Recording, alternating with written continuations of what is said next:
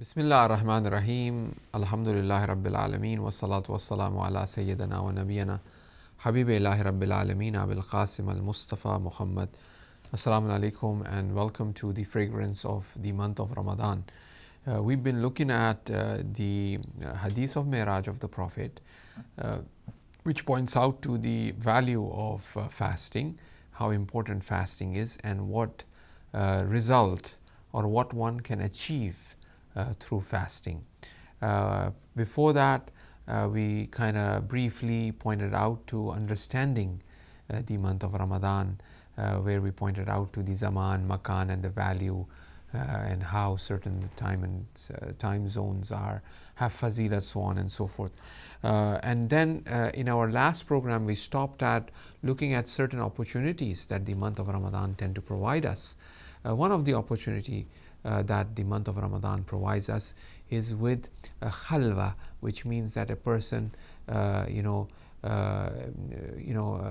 takhliya.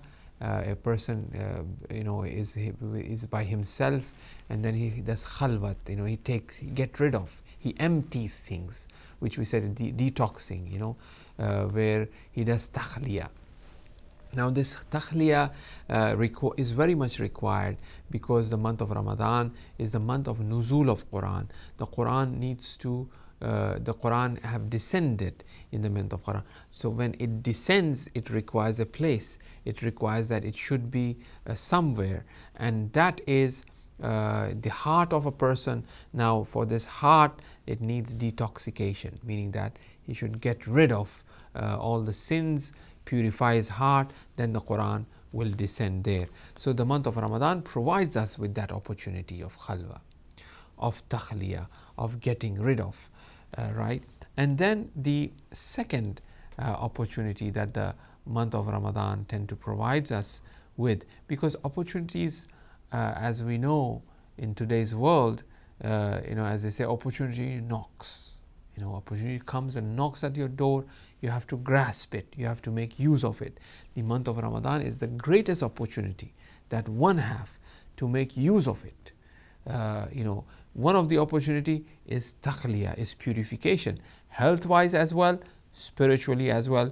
One could, do a zikr, one could do astaghfar, one could recite salawat, and the fasting itself, helps him to get rid of all the sins and all the sort of negative energy, dark forces that he has within.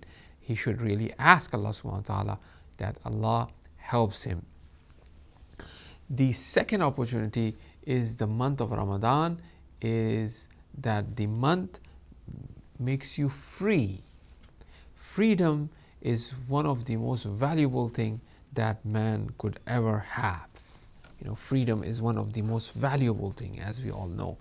So therefore, the month of Ramadan frees you, as the Prophet says that your backs or your souls are mortgage in your character. So free yourself by doing astaghfar in this month. Your backs are burdened with your sins. Free yourself by prolonged sajdas, by doing long sajdas. So freedom is one of the greatest opportunity that one could grasp through the month of Ramadan, as fasting will also bring about a sort of contentment in his soul. He would get rid of the lust of power, lust of body, lust of any sort of negative lust that one. Man taraka shahwa kana hurran. A person who get rid of shahwat, he is known as free.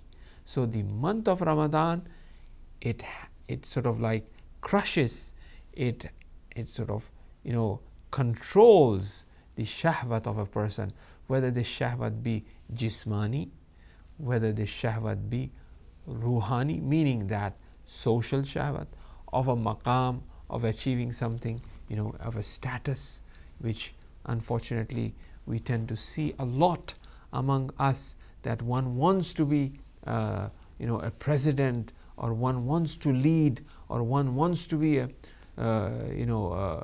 sort of like a influencing figure some way or the other. Somehow one really pushes and acquires it. This is shahwat. This is really shahwat. The month of Ramadan will help for us to become free from all of these sort of limitations that one is attached with. Then the other opportunity that the month of Ramadan provides us is with remembrance, zikr. It's a great opportunity that month of Ramadan gives us, that a person is daimu zikr, as the Prophet says that a person who sleeps in the month of Ramadan is also dhikr, is also ibadat.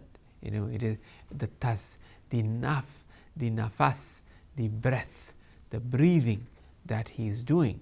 The breath that in the month of Ramadan is considered as tasbih.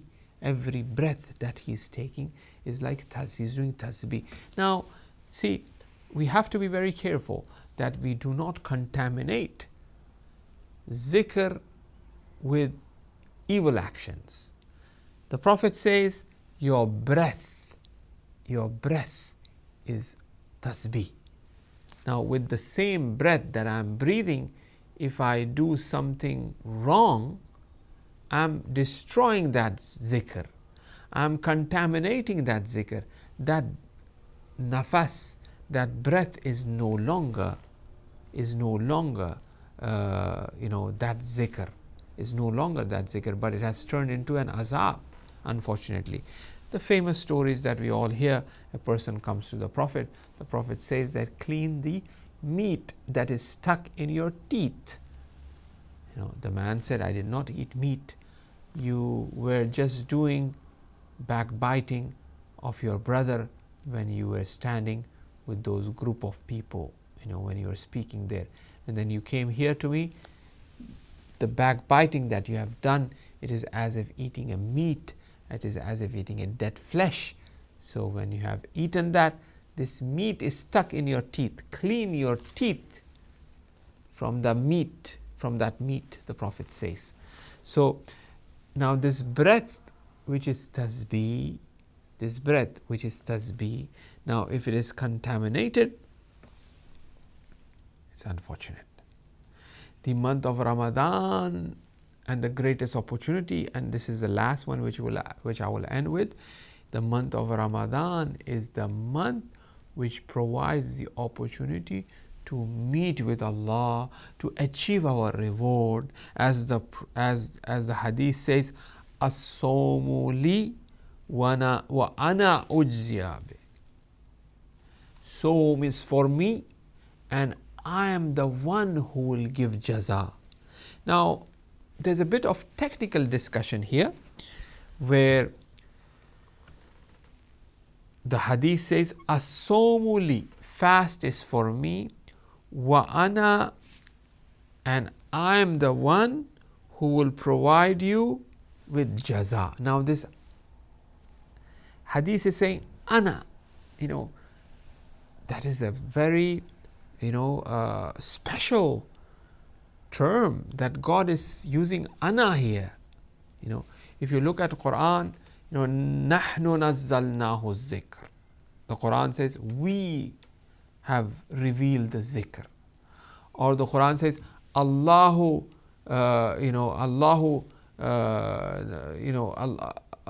Allah is the one who have revealed.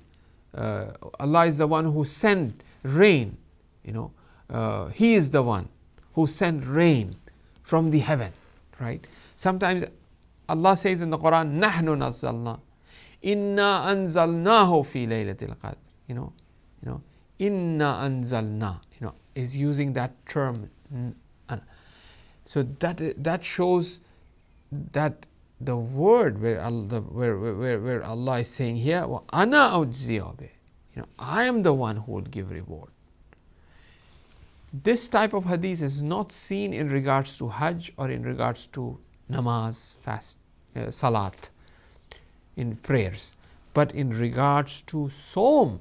in regards to fasting, because fasting is so lovable by God. Fasting is something, an act that cannot have the face of nifaq, two-face in a way. Because when a person is fasting, if he doesn't speak, if he doesn't say anything, nobody knows he's fasting. But when a person is praying salat, everybody is looking that he is praying salat. Now, when he's praying salat, there could be a show off. So fasting could be the most sincere of all acts. Salat could be sincere as well, but it could, the possibility is there that when a person is praying, someone is watching, he would read more, or he would read in a different way. So therefore now, here, when a person is fasting and he's not speaking, he's not asking anyone, he's not saying to anybody anything, nobody knows he's fasting. It is a secret. It is a bound between him and God, and no one knows about it. I mean, in regards to the mustahab fast, if you look at it, they say that, okay, you can break your fast, but mustahab, when you are fasting, somebody offer you something.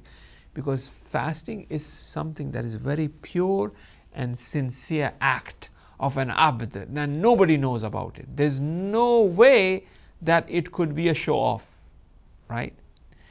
A prayer could be a show off, reciting salawat could be a show off, having a tasbih could be a show off, doing the tawaf of Kaaba could be a show off, right? Amar bil maruf nahi anil munkar could be a show off, right? Khums could be a show off, there's two party there. Zakat could be a show off, but fasting cannot be a show off. Nobody will know anything that I am fasting or not unless or until I tell them, oh, I cannot eat, oh, I cannot drink, I'm sorry, I'm fasting, for example. If I speak, then they will know. If I don't speak, they will not know. So therefore, fasting is the only act in which God says that as-sawmu li, that fast is for me, wa ana ujziya bih, and I will reward it. Not my angels, but I personally would. It is like when somebody wins a prize, the chief guest is going to give the reward, not a secretary. The president's reward, the president himself will give the reward. It's the president. So when I have done something, now this, for example, something good, now in return the president is giving me the reward, right? So, or there's a competition, it says that the president's reward is for the one who does write an essay or whatever.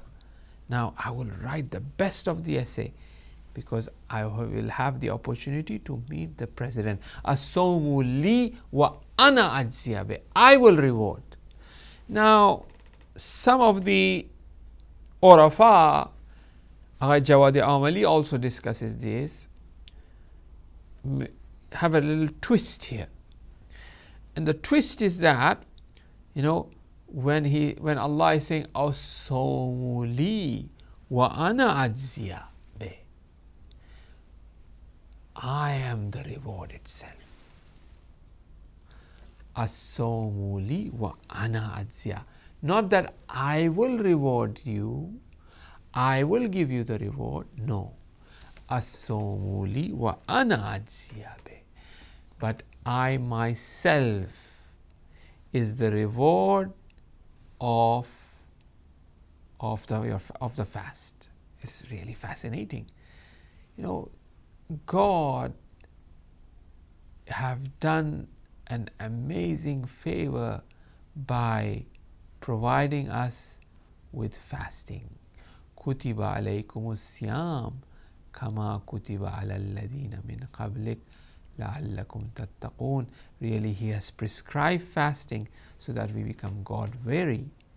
He had prescribed it earlier as well, to previous nations as well. But the fasting, the way it has been prescribed in the Quran, the amount of reward for fasting, it is fascinating. The night of Qadr in the month of Ramadan. The amal of the night of Qadr, khayrum min alf shahr. Min alf shahr. Tanazzalul malaikatu warruh as well. Right? So 70 odd more years. The ibadat of that one night. Really, it's a blessed month. It's a month of barakah. Why do we say it is considered to be the month of barakah? Barakat means what? Barakat means something that remains. Something that remains means it is barakat. It is not the question of quantity. How much? A lot. When we say a lot, doesn't mean it is lot. Barakat. Barakat means that something that has remained. Prophet asked to his companions, cut the sheep and distribute the meat amongst the fuqara. Sheep was cut, slaughtered, sacrifice was done, the meat was distributed. Only remained a shoulder. They brought to the Prophet and they gave it to the Prophet. Prophet, this is what it remained. We have all distributed. The Prophet said, this is the barakah. This means that this is so blessedful. This is something that is remain is with the barakah. Somebody gives me £5. I'm about to spend to buy something. A friend comes and he pays for my food. I wanted to give it to someone. Somebody comes and he gives that charity. I'm about to use it. That £5 remained with me for a longer period of time. That is called barakah. Something that is remained is considered as barakah. And as a matter of fact, when it remains, barakah pulls barakah. When we do something. So the month of Ramadan is the month of barakah, meaning that blessing. That's what we tend to translate. Barakat, it means that the month of Ramadan will remain with us. It will be with us even when the month of Ramadan finishes. Dear brothers and sisters, the month of Ramadan is there to organize us, our sahri time, our fajr time, our sleep time, our waking up time, our eating time, our drinking time. As Amirul Mumineen in his wasiyat says that organize yourself. He advises for taqwa wa nazm, and advises for organization of your amr, right, of your umur, of your things, of your, so organization is very important. Taqwa and nazm. So the month of Ramadan provides us with that organization. Our lives becomes organized. Inshallah, we hope and pray, that this month of Ramadan be a special month, and let there be stability and security in the region, inshallah. Now, as we said, that we will be looking into the wasiyat of Amirul Mumineen, some of the very important points, because as we will be approaching the nights and the nights of Qadr, we'll be having special for those nights as well. In the middle of the month of Ramadan, we have also the birth of our second Imam Hassan alayhi salam. Greetings and felicitations and congratulations to all our viewers. May Allah subhanahu wa ta'ala provide us his shafaat on the day of judgment. Then after that, 15th of the month, we have the special nights that will be coming up. So here I just wanted to take leave as we are approaching the end of the program, and I request for all of you to pray to Allah subhanahu wa ta'ala for the mu'mineen and mu'minat, those who are deprived, for those who are known as the mudafi'an haram, those who are fighting and protecting the borders, protecting the shrines of Masumin alayhi salam, leaving their family behind in this scorching heat. May Allah subhanahu wa ta'ala protect them and give them victory, inshallah. And we will be continuing on the wasiyat of Amirul Mu'mineen, inshallah, in our next program. Ghafarallahu lana wa lakum wa salamun alaykum wa rahmatullahi wa barakatuh.